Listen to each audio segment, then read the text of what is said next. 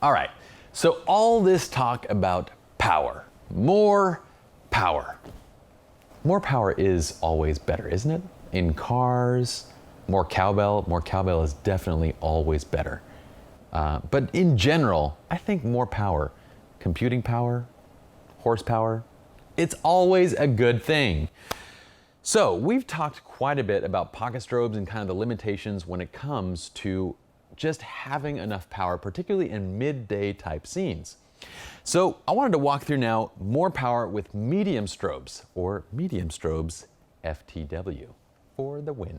Now this is basically as bright as a midday sun scene is gonna get. We're working in the desert. We have our gorgeous model Yvette dressed in a red dress. And yeah, there's no clouds in the sky pretty much whatsoever. So it's dang bright. In this kind of a scene, there is no way a pocket strobe is gonna make any dent when it comes to lighting our subject. So that's where we basically bring in the Bolt VB22 or the ProPhoto B2.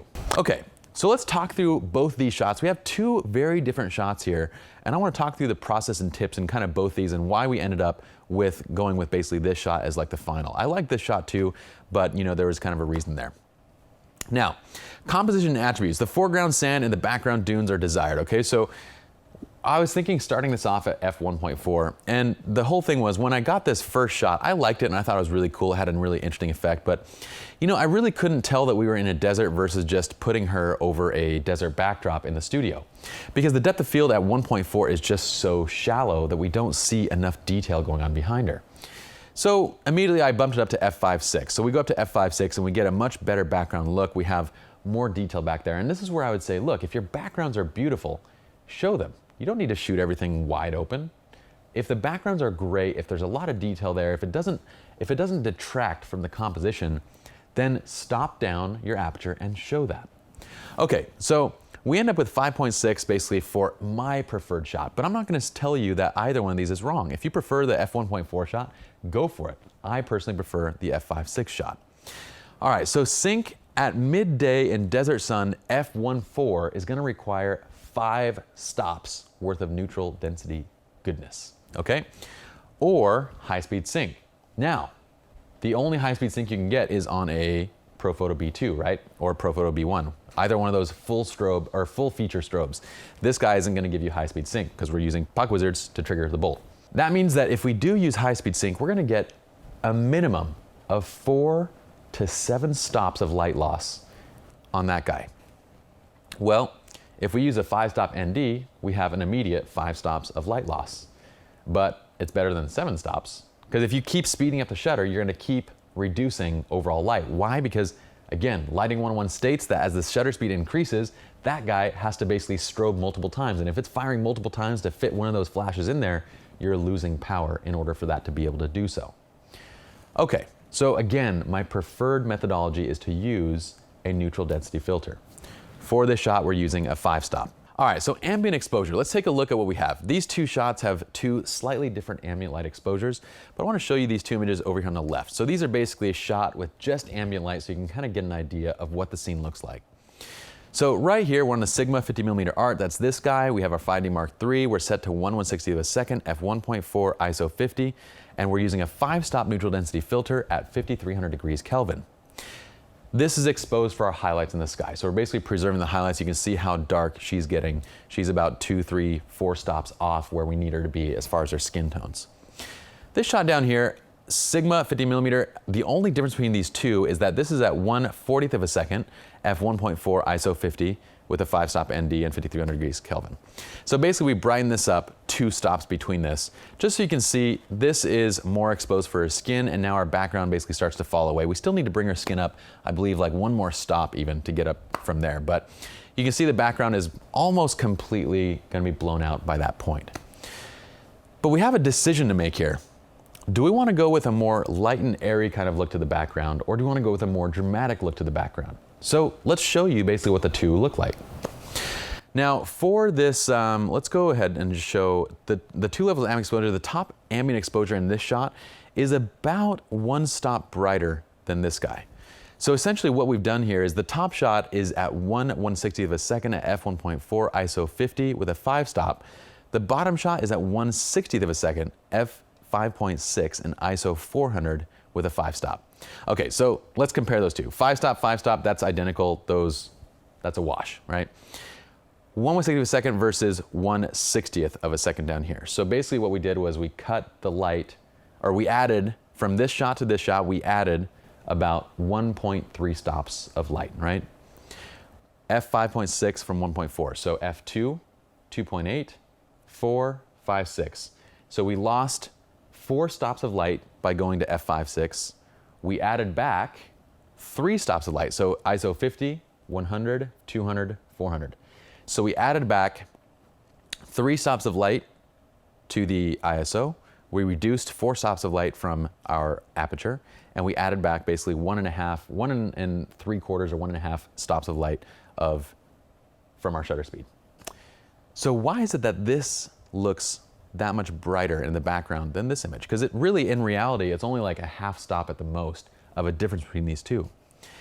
This is where we talk about, again, that natural lens vignetting that you get when you shoot wide open is going to be far more dramatic on this shot than it is on this shot. As soon as you start closing down the aperture, you don't get that natural lens vignetting that comes with a wide open aperture. So why does this shot look to be more bright than this one? At least it looks to be more than just a third of a stop or a half stop brighter than the top shot, is because we also are reducing all of that natural vignetting that we would get around the lens by being at f5.6. So naturally it brightens up just a little bit more. Now, as far as my preference, I prefer the ambient exposure in this shot. A little bit brighter, a little bit more natural, and I really dig the overall look to it. Okay, so for light direction and quality, well, let's analyze this for a second. Light is placed on the camera left, and we're basically using, again, the sun on the camera right? So the sun is coming top down from camera right. It's hitting the side of her hair, which we're using as a hair light. We're using it as a shoulder rim, and it just creates a beautiful edge light just across her body and so forth.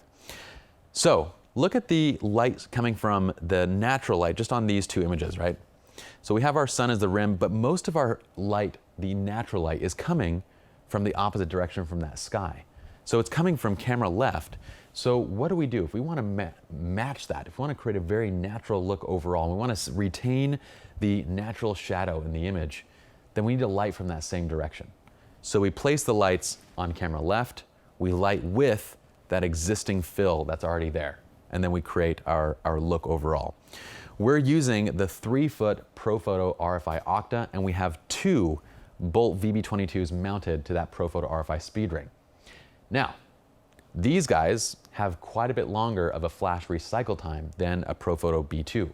A B2 with a battery pack, again, what you're paying for is the convenience, you're paying for the quality. You're getting 1.4 second full power recycles on that guy.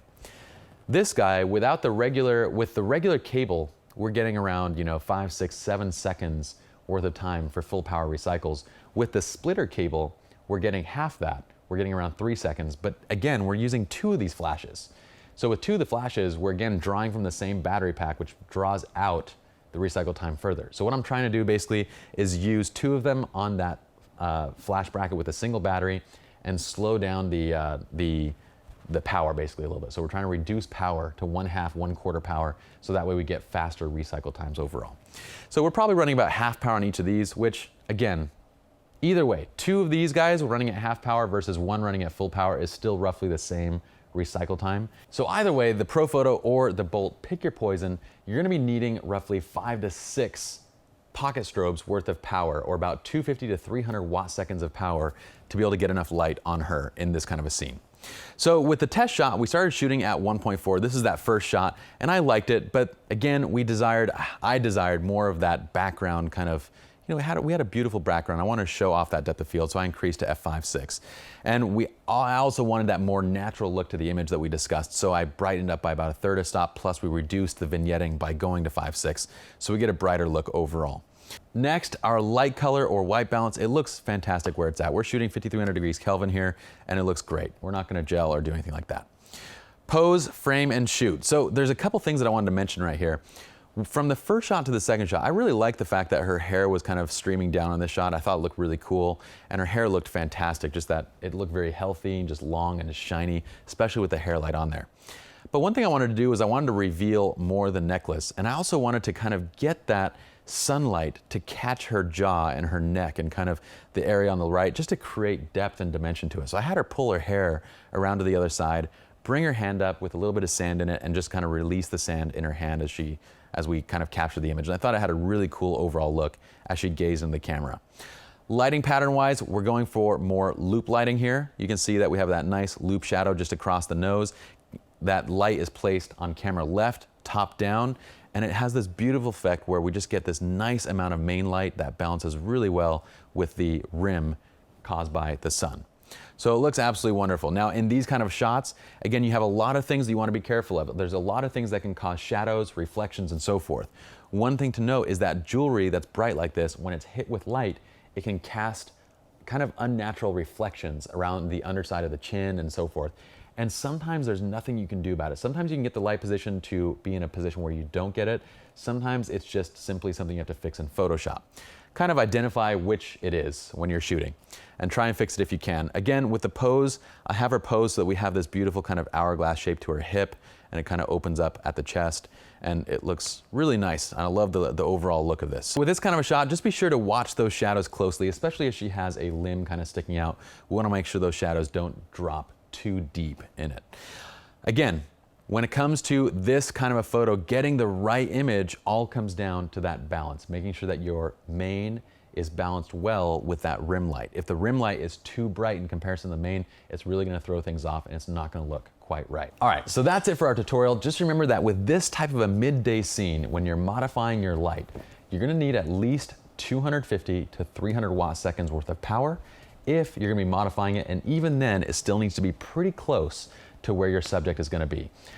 Also, remember that when you have a beautiful background, we have our shot here at 1.4 versus our shot at 5.6. When you have a great background, it's not overly busy, it doesn't subtract from your subject. By all means, stop down the aperture and utilize that background. Show it off in the image, because that is why you come out to locations like this, is to have amazing backdrops to feature in your images. Let's go on to the next tutorial. More power is always better, isn't it? In cars, more cowbell is definitely always better.